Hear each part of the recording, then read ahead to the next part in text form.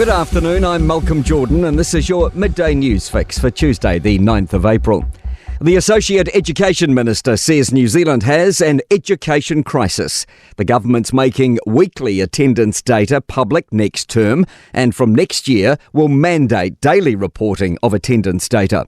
It's planning to introduce a traffic light system of interventions depending on how often a student is absent. Minister David Seymour says they want to create a national focus similar to how the previous government treated COVID statistics. We believe that educational attendance is now a crisis with similar long-term effects for New Zealand, and so data will drive the emphasis on attendance. Increasing school attendance is one of 9 targets the government wants to achieve by 2030, alongside shortening ED stays, shortening waits for planned care and reducing violent crime. Luxon says the targets are deliberately ambitious. We have to say, look, enough is enough. The excuses have to stop. We've got to march the show forward with a bit of ambition, bit of aspiration, positivity and celebrating excellence. So we're going to get into this stuff big time and push hard for it. Another target is to reduce the number of beneficiaries from 190,000 to 140,000. Former WINS boss Christine Rankin told Mike Hosking it's a clearly achievable goal. What the reality of this is a government that understands leadership and the fact that you have to tell people what you want them to do and then you have to measure the hell out of it. And that's what they're doing.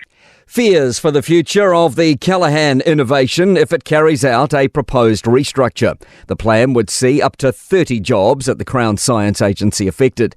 The Association of Scientists says the group helps businesses undertaking research and development and provides science support for tech startups. Co-President Troy Baisden says this could be a disaster for the agency. The staff are worried this just pushes the whole organization below the tipping point of being able to do what it needs to do. In other words, it's like a sinking ship going below the water.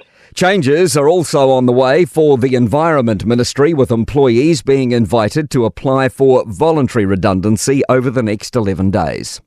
Meanwhile, the Public Service Association says 90 jobs are reportedly set to go at NIWA. 30 are currently vacant. Winston Peters has again reiterated New Zealand's support for a two-state solution in Israel and Palestine during a speech to the UN General Assembly in New York. Otago University international relations expert Robert Patman says he's echoing the general view of the international community. Just because Israel is illegally taking territory, don't say, oh, well, it can't happen now because there's been illegal seizure of territory. Israel has to consider its legal obligations. It's unclear whether New Zealand can meet its Paris climate target by 2030, with claims it'll cost us tens of billions of dollars to buy enough carbon credits. And an influx of tourists viewing today's total solar eclipse across the US has prompted authorities on the Canada side of Niagara Falls to declare a state of emergency. To sport, Warriors fullback Chance Nicol-Klukstad welcomed the support of Roger Tuivasa-Sheck amid rising calls for the latter to replace the former in the number 1 jersey.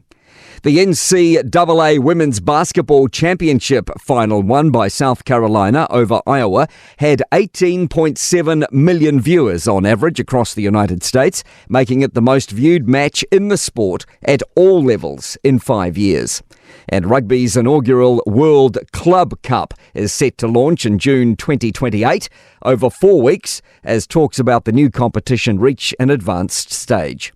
I'm Malcolm Jordan. That's your latest news fix. We'll be back with the next update at 5 p.m. from the Newstalk ZB newsroom.